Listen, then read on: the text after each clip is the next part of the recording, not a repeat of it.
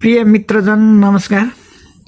बाबुबाजेले भन्नुभएको कतिपय कुराहरू व्यावहारिक रूपमा सान्दर्भिक र वैज्ञानिक हुँदो रहेछ। मलाई एउटा कुराको याद आयो, घर बनाएर कहिल्यै पनि सकिँदैन है माइला भन्नुभएको थियो मेरो बाउले। मेरो बाउ बित्नु भएको आज ठ्याक्कै 24 वर्ष भएछ।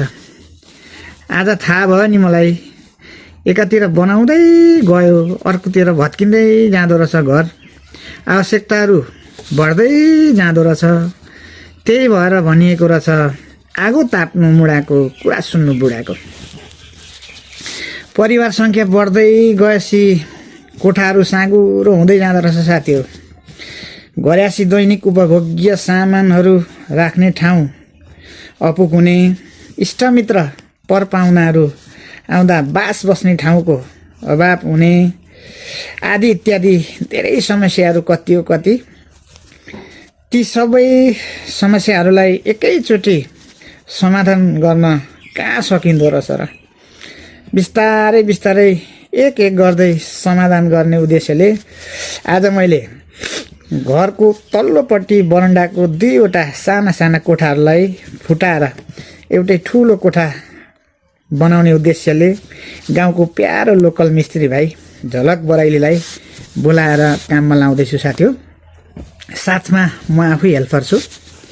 कोठा पहिले नै थियो, काठ र टिनको अभावले बाराबेरा चाहिँ गरेको थिइनँ। बल्ल बल्ल खर्चपात जुटाई कोठा तयार पारियो।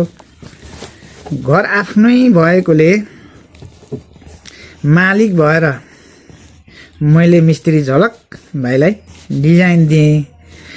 उसले पनि आफूले जानेको भएभरको सिप कला लगाएर चिटिक्क परेको ठुलो बरन्डाको कोठा तयार पारेको छ।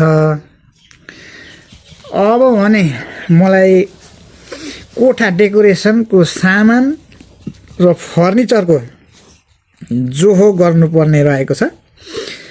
अहिलेलाई भने धानको भकारी, थोत्रे साइकल, काठका टुक्रा टुक्रीहरू, थोत्रे लत्ता कपडाहरू आदिले कोठा भरिभराउ रहेको छ। कोठा डेकोरेसन भएपछि म तपाईहरूलाई अर्को भिडियो बनाएर देखाउने छु।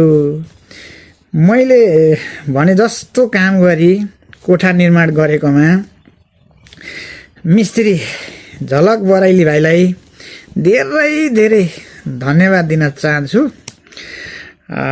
र यो मेरो भिडियोलाई अन्तिमसम्म हेरिदिनु भएकोमा तपाईलाई पनि थ्याङ्क यू भन्न चाहन्छु। हस्त bye bye, thank you for watching.